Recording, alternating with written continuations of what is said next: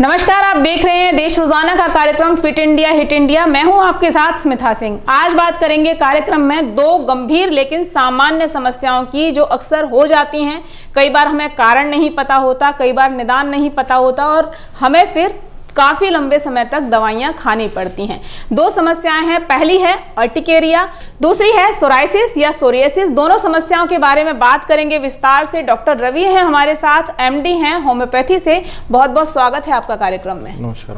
तो चलिए दोस्तों, बात करते हैं दोनों समस्याओं की। स्किन डिजीज में इन दोनों समस्याओं को जाना जाता है, अर्टिकेरिया और सोराइसिस। क्या होती हैं ये समस्याएं, पहले इस पर बात करते हैं।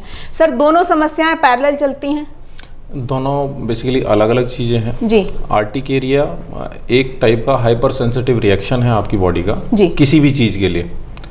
अब वो चाहे ठंड के प्रति हो जी। चाहे वो हीट के प्रति हो या एक्सरसाइज के टाइम पर जो भी हार्मोन्स आपके प्लस माइनस होते हैं उनके प्रति हो या किसी एलर्जन के प्रति हो। तो जो हाइपर सेंसिटिव रिएक्शन है इसको हम आर्टिकेरिया कह देते हैं। ये एक उभार के रूप में स्किन पर खुजली, चींटी जैसे खा गई हो ऐसा उभार के रूप में पेशेंट्स को अक्सर नज़र आता है जी।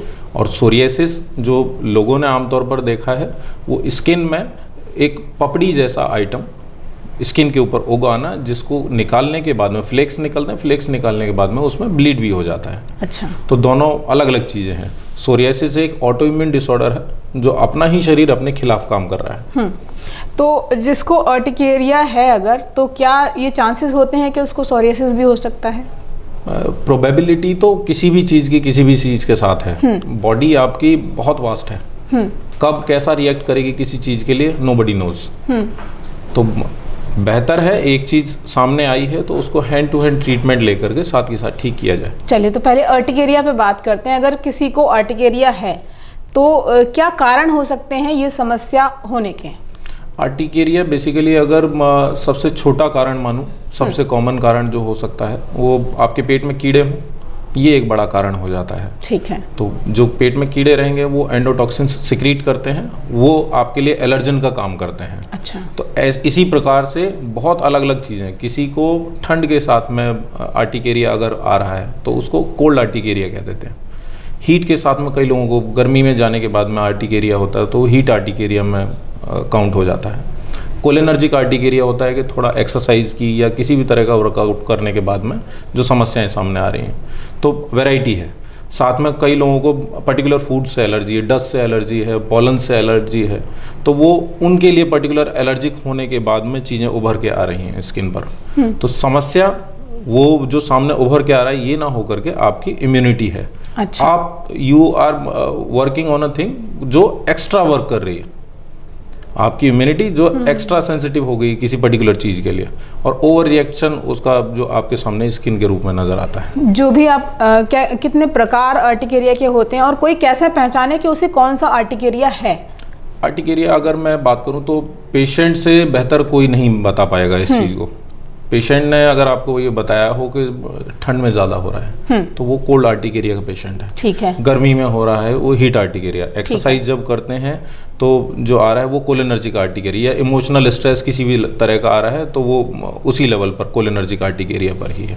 और जो शरीर पे दिखेगा वो सिर्फ वही दाफड़ या चकत्ते ही होंगे? चारों तरीके के आर्टिकेरिया में पित्ती, दाफड़, व्हील्स, नेटल रैश, ये सभी इसके पर्यायवाची हैं। तो चारों ही प्रकार में यही निकल कर आएगा स्किन पर। जी। और कभी कभी इसमें एक वैरायटी ये भी नजर आती है कई पेशेंट्स को कि जितने में उन्होंने खुजली की है उतना ही एरिया केवल उभर के आया, अदरवाइज नहीं आ रहा है। तो डर्मेटोग्राफिया एक शब्द यूज किया जाता है डॉक्टर्स के द्वारा।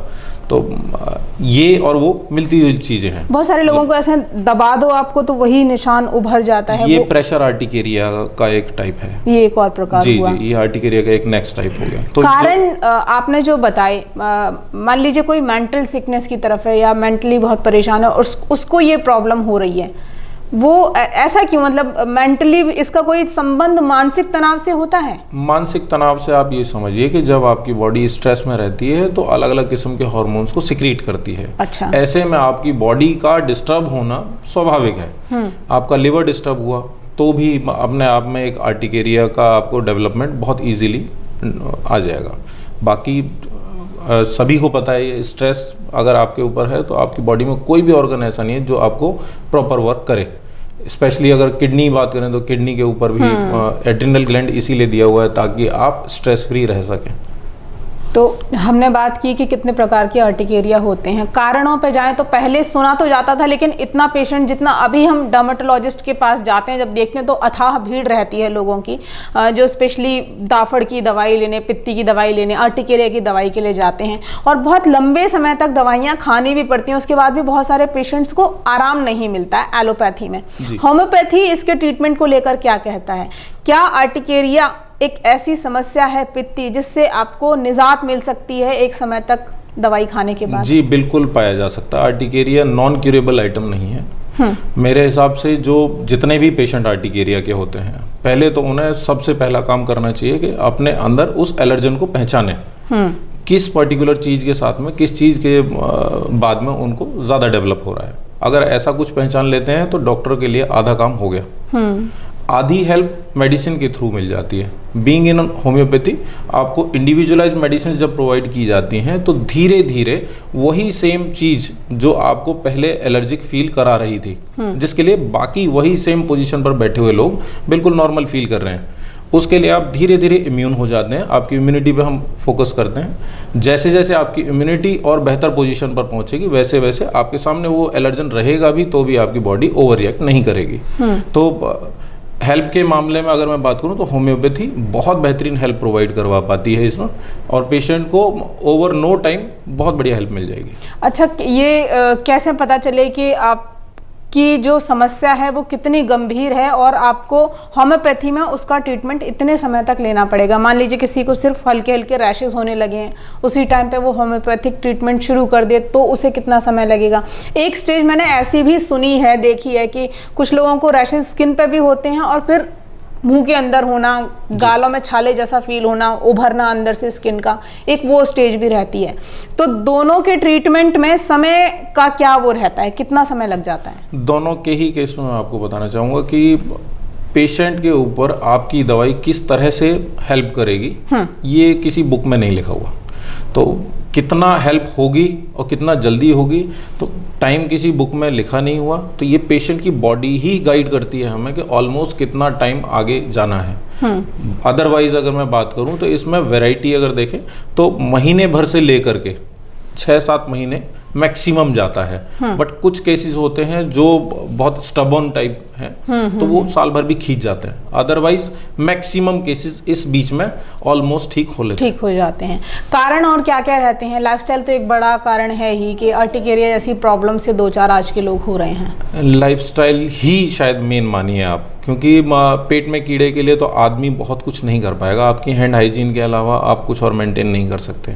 बाकी लाइफस्टाइल में जितना सुधार रखेंगे, आपके लिवर को जितना फिट रखेंगे, आप जितना एक्सरसाइज प्रॉपर करते रहेंगे, बाकी ऑर्गन्स कोऑर्डिनेशन में रहते हैं और जितना कोऑर्डिनेशन बना रहेगा उतना इनका कोऑर्डिनेशन खोने के चांसेस कम हो। क्या अर्टिकेरिया एक ऐसी प्रॉब्लम है कि अगर वो मदर को है तो बच्चे को होगी, फादर को है तो बच्चे को होगी? छूत वाली बीमारी जिसको कहते हैं, टच से नहीं फैलता अर्टिकेरिया। बट फिर भी मैं आपको एक चीज कहना चाहूंगा कि मदर और फादर में अगर टेंडेंसी रही है, हम अपने बच्चों को कुछ और दें या ना दें, मगर ये जो बीमारी पकड़ने की टेंडेंसी है ये ज़रूर हमारे बच्चों में डेवलप होती है। अगर मैं किसी पर्टिकुलर चीज़ के लिए एलर्जिक हूँ तो देयर आर प्रोबेबल चांसेस कि जो है मेरे बच्चे को वो होने के ठीक ठाक चांस हैं। एक सिंगल पेरेंट में हो तो 20% चांसेस मानिए आपके बच्चों को डेवलपमेंट होने के। और अगर दोनों को ही सेम कंप्लेंट है, मैं भी अर्टिकेरिया से पीड़ित हूँ, मेरी वाइफ भी अर्टिकेरिया से पीड़ित हैं, तो दोनों के साथ में अगर बच्चा डेवलप हो रहा है तो उसका और भी ज़्यादा चांसेस बढ़ जाते हैं। 40 to 50% चांसेस हैं उनमें ये डेवलप होने के, अगर उन्होंने अपना लाइफस्टाइल सुधार के नहीं रखा तो। और क्या बचाव वो और कर सकते हैं इसके अलावा? एक तो लाइफस्टाइल आपको सुधारना होगा, उसके अलावा और क्या प्रिवेंशन बच्चे के लिए हो सकते हैं कि जो माँ बाप जिससे पीड़ित हैं बच्चा उससे पीड़ित ना हो आगे चल? प्रिवेंटिव लेवल पर आपकी डाइट और एक्सरसाइज, इसके अलावा कोई ऑप्शन नहीं जिसमें आप प्रिवेंटिव लेवल पर, कोई मेडिसिन भी नहीं आती जिसमें आप पहले बचाव रख सकें जी। क्योंकि जो बच्चा बीमार है ही नहीं उसकी इम्यूनिटी और कैसे सुधारा जाए। रेगुलर लेवल पर जो मौसम के हिसाब से फ्रूट्स आ रहे हैं आप उन्हें बढ़ा के रखिए, लिक्विड डाइट बढ़ा के रखिए, ये और एक बढ़िया सोर्स रहता है आपकी हेल्प का। जितना विटामिन ए के सोर्स हैं, गाजर हो गया या येलो लीफी वेजिटेबल्स हो गई, ये सारे के सारे आपको बढ़िया हेल्प करते हैं। आपने बोला लाइफस्टाइल, तो लाइफस्टाइल में किस तरीके के सुधार होने चाहिए, क्या प्रिकॉशंस जिन पे ध्यान देना है, स्पेशली उपचार के साथ साथ आपको एहतियात जो बरतनी है एक आर्टिकेरिया के पेशेंट के लिए इलाज के साथ साथ, वो क्या क्या हो सकती हैं? आर्टिकेरिया के पेशेंट्स के लिए सबसे पहले तो हैंड हाइजीन बहुत ज़रूरी है। हैंड हाइजीन ज़रूरी इसलिए है कि जो है आपको अगर पेट में कीड़े हैं तो एटलीस्ट आप उन्हें और बार बार डेवलप ना करें। तो एक साइकिल टूटती है उससे। दूसरी चीज़, बाहर का ओवर स्पाइसी आइटम, जितना भी ये फर्निश्ड आइटम आता है बाहर से, चाहे वो मोमोज की फॉर्म में हो, चाहे आपके पास में मंचूरियन, पैक्ड फूड भी, क्योंकि आप ये समझिए कि जितना भी पैक्ड फूड है आप यहाँ पर एक किसी न किसी पेस्टिसाइड्स के साथ में ही ले रहे हैं उसे, क्योंकि लंबे समय तक प्रिजर्व रखने के लिए कुछ ना कुछ बचा के रखना पड़ता है उसमें। तो उन चीजों से बचेंगे। भी हार्मफुल होते हैं, बिल्कुल, नो डाउट हार्मफुल है। और जितना अगर मैं कहूँ तो बाहर से जो आप जूस भी ले रहे हैं, जूस भी अपनी निगाह में करवा के लें, क्योंकि बहुत लोग इसमें कलरिंग एजेंट्स और जितना भी चाशनी के रूप में कई लोग सैकरिन यूज करते हैं, तो वो सैकरिन अपने आप में कहीं ना कहीं नुकसान देके जाता है। तो एक हुआ हाइजीन, बाहर का खाना खाने से बचें, और योगा, व्यायाम, ओवर स्पाइसी आइटम से बचें।